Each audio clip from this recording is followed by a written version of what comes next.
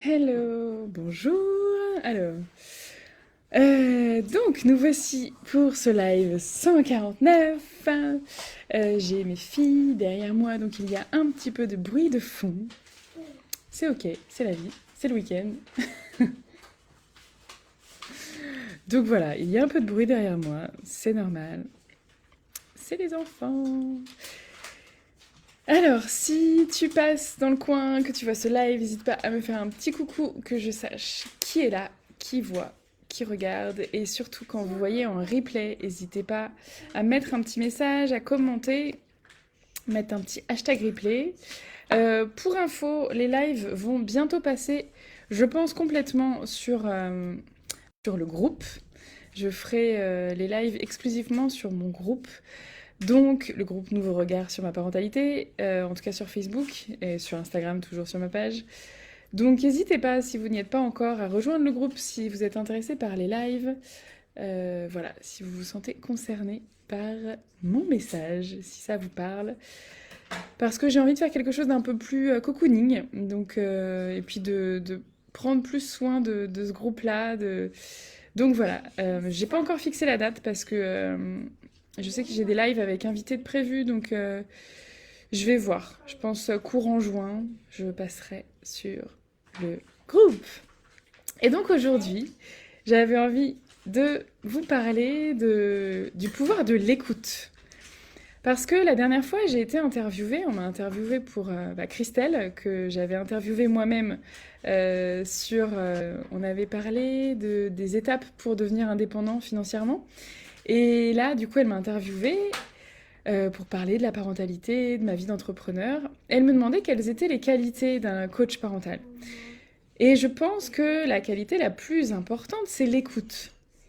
Et en tant que parent, l'écoute, c'est un super pouvoir en fait. C'est un super pouvoir, mais un super pouvoir qui est peut-être mal maîtrisé, mal compris, et ouais, mal...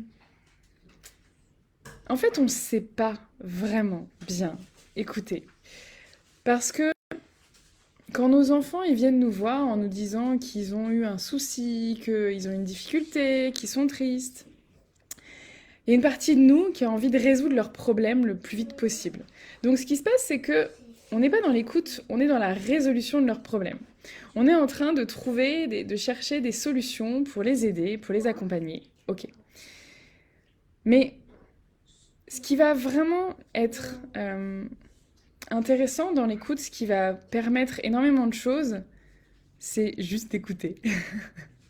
En fait, quand on se contente d'écouter de façon...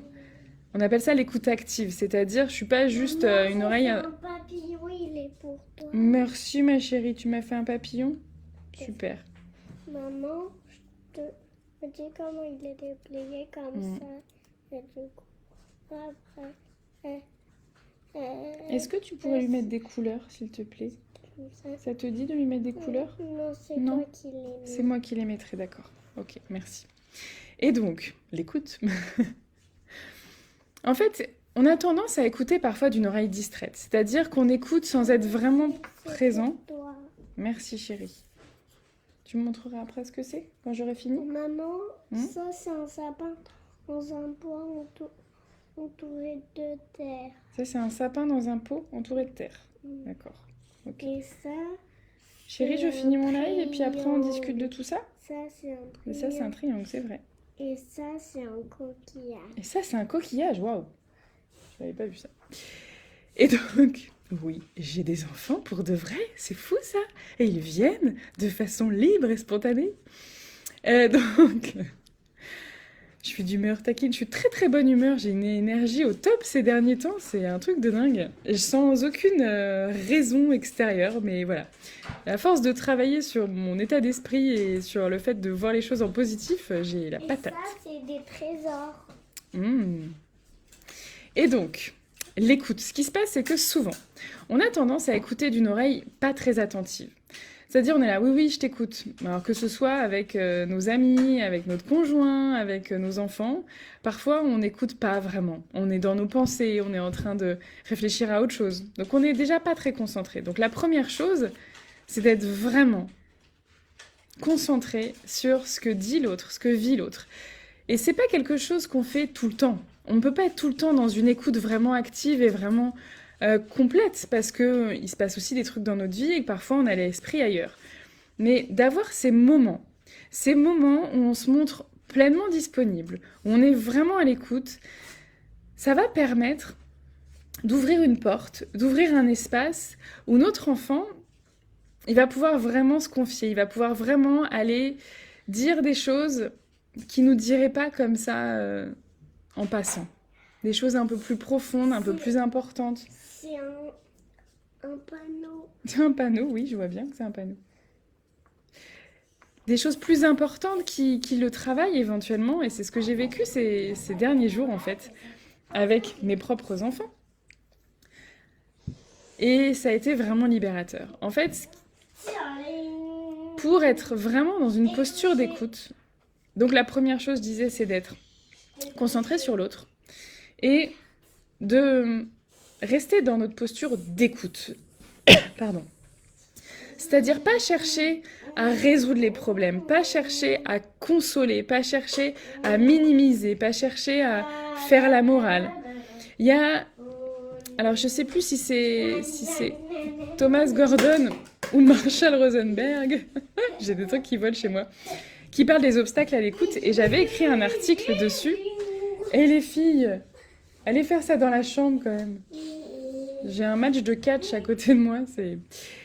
Et donc, il y a ce qu'on appelle les fameux obstacles à l'écoute. Et c'est justement le fait d'être en train d'essayer de trouver une solution, de régler les choses à la place de l'autre. Ça part d'une bonne intention, parce que quand notre enfant a une difficulté, par exemple, mon fils, dernièrement, donc on a des amis qui déménagent, qui sont les parents de ses copains à lui, qu'il a depuis la moyenne section de maternelle, et donc là, il est en CE2, donc ça fait longtemps qu'il a ces copains-là. Et il y a déjà une partie de ses copains qui sont partis...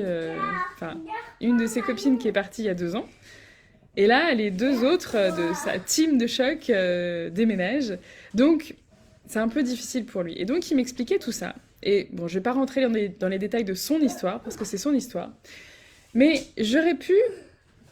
Naturellement, j'ai envie de résoudre son problème, parce que j'ai pas envie qu'il soit triste, parce que j'ai envie qu'il se fasse des copains, parce que j'ai envie de le rassurer. Le problème, c'est que quand je fais ça, je le prive de développer ses propres capacités, je le prive d'aller à la rencontre de ses propres ressources internes. Et il y a quelque chose de magique quand on est dans l'écoute active. Donc l'écoute active, c'est le fait d'écouter et de montrer qu'on est là. C'est-à-dire qu'on va reformuler, on va mettre des mots, on va parfois nommer les émotions, nommer ce qui se passe, pour montrer qu'on est vraiment là et qu'on écoute vraiment ce qui se passe. On est vraiment en lien. Et quand on fait ça, en fait, ça permet à notre enfant de détricoter sa propre pelote et d'aller au bout de ce qu'il est en train de vivre, d'aller au bout de son problème, de faire un peu le tour de son problème, et donc d'aller trouver ses propres solutions. Et c'est marrant parce que j'ai expérimenté ça. J'expérimente ça régulièrement, mais là, je l'ai réexpérimenté parce qu'il n'y a pas des... Évidemment, nos enfants, ils n'ont pas toujours des trucs énormes à nous raconter, mais j'ai eu ça hier et ce matin. Hier avec mon fils et ce matin avec ma fille. Et c'est exactement le même processus. Juste de se mettre en posture d'écoute, d'accueil, et de laisser l'enfant dire ce qu'il a à dire. Et ce qui est marrant, c'est que je l'ai déjà aussi vécu avec ma dernière quand elle avait déjà 3 ans, donc là maintenant elle a 4 ans. Et ce qui est rigolo avec les plus petits, c'est que on comprend rien de ce qu'ils racontent. Donc pour le coup, eux, on peut pas en fait essayer de résoudre leurs problèmes, parce que la plupart du temps, ça part dans tous les sens. Ils nous parlent d'un truc qui est arrivé hier, d'un copain, puis d'une copine, puis d'un truc à la cantine, puis finalement quelque chose avec la maîtresse. Donc si nous, on essaye de rationaliser les choses, on n'y arrive pas. C'est pas possible, c'est trop le fouillis dans leur tête. Mais ce qui compte, c'est pas ce qui se passe pour nous. En fait, souvent, quand on écoute nos enfants, on le fait pour nous. On le fait parce qu'on a envie de se rassurer qu'ils vont bien. On le fait parce qu'on a envie de comprendre ce qui se passe pour eux, qu'on a envie de savoir, qu'on est un petit peu curieux. On le fait parce qu'on a envie de les aider à résoudre leurs problèmes. Regarde. Alors que ce qui va vraiment être un vrai pouvoir dans la relation avec nos enfants, ce qui va vraiment les aider à se construire et à grandir, c'est de se mettre à leur service. C'est-à-dire que cette posture d'écoute, elle ne sert pas pour nous à nous rassurer. Elle sert pour eux, elle sert de miroir, elle sert de réceptacle, elle sert pour qu'ils aient un espace pour dérouler ce qui se passe dans leur tête. Les filles, vous voulez pas aller faire ça dans la chambre? Non. Alors juste un petit peu moins de bruit, s'il vous plaît.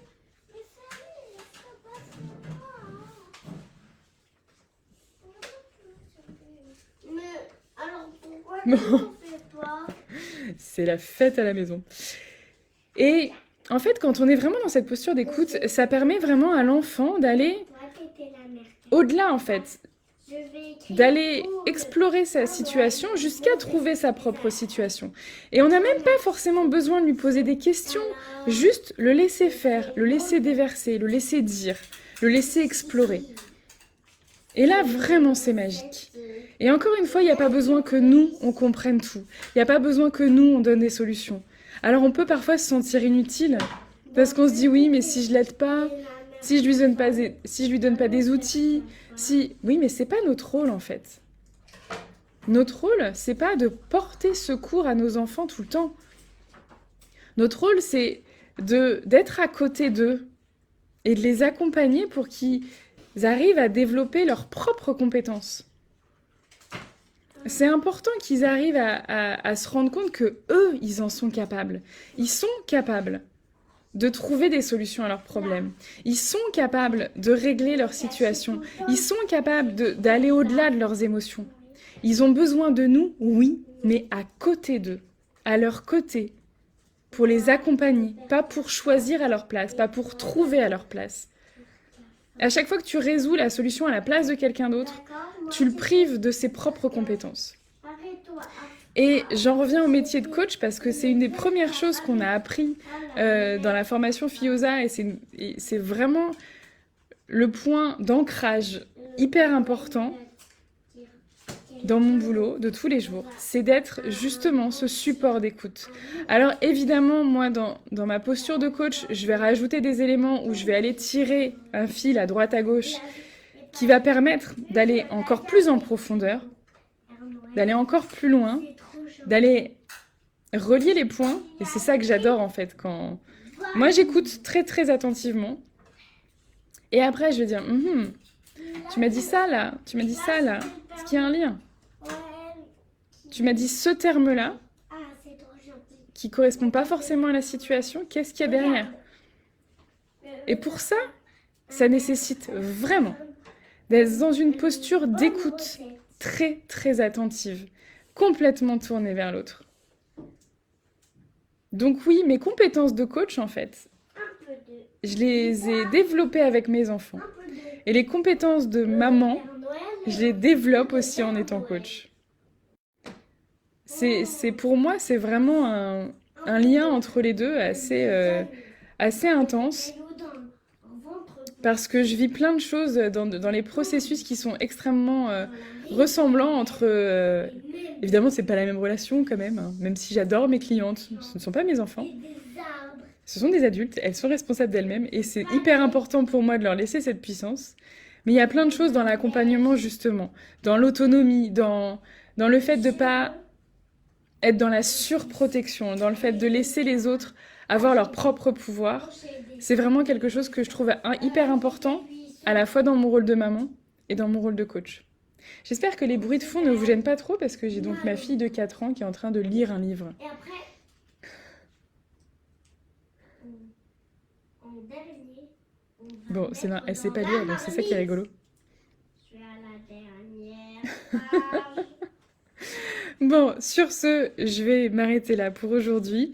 N'hésitez pas, si vous voyez ce live en replay, à me mettre un petit commentaire, à me dire si ça vous parle, si vous aviez ces notions par rapport à l'écoute, si vous saviez quel pouvoir ça peut être et comment vous faites, vous, pour écouter vos enfants.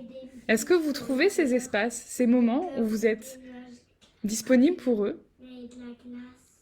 où vous arrivez à vous tourner vraiment vers eux. Est-ce que vous arrivez à créer ces moments? Et encore une fois, Des mains. pour être vraiment dans cette posture d'écoute, ça nécessite d'avoir un peu fait de la place à l'intérieur de soi. Ça nécessite de s'être rendu disponible. Et donc, pour se rendre disponible, moi, ce que je constate, c'est qu'on a besoin d'aller voir ce qui se passe à l'intérieur de nous. On a besoin de se faire la place à l'intérieur de nous. De reconnaître ce qu'on vit, ce qu'on a vécu, pour pouvoir être vraiment dans le présent. Regarde, comment que c'était pas bon. Là, du coup, je déchirais l'étiquette. Ok. Bon, sur ce, je vous souhaite une belle après-midi. Si vous avez besoin d'infos sur l'accompagnement, n'hésitez pas à me contacter en privé sous un post. Si ce message vous parle, si les lives vous intéressent, pour ceux qui sont sur Facebook, je vous invite à rejoindre le groupe, je vais y arriver, Nouveau regard sur ma parentalité. Et si... Je ne sais plus ce que je voulais dire. La mère cafard. Bah voilà, si vous avez besoin de discuter, vous pouvez me contacter. Je ne sais plus où je suis avec les enfants derrière. Et donc, lundi, sur Instagram, je serai en live à 16h30 avec Yousra, la charmante Yousra, avec qui on parlera de vivre une vie de dingue, vivre la vie dont on rêve. Voilà. Je vous souhaite une belle après-midi et je vous dis à demain, ou j'espère que j'aurai un peu moins de bruit de fond derrière. Bon après-midi à tous et faites-moi un petit coucou quand vous passez en replay. Et si ça vous a intéressé, n'hésitez pas à partager. N'hésitez pas à partager les lives pour que d'autres personnes le voient et que ça sème des graines dans le cœur de tous ces parents qui ont besoin d'entendre ce message. Voilà. Là, je vous dis à bientôt avec beaucoup d'amour. Ciao.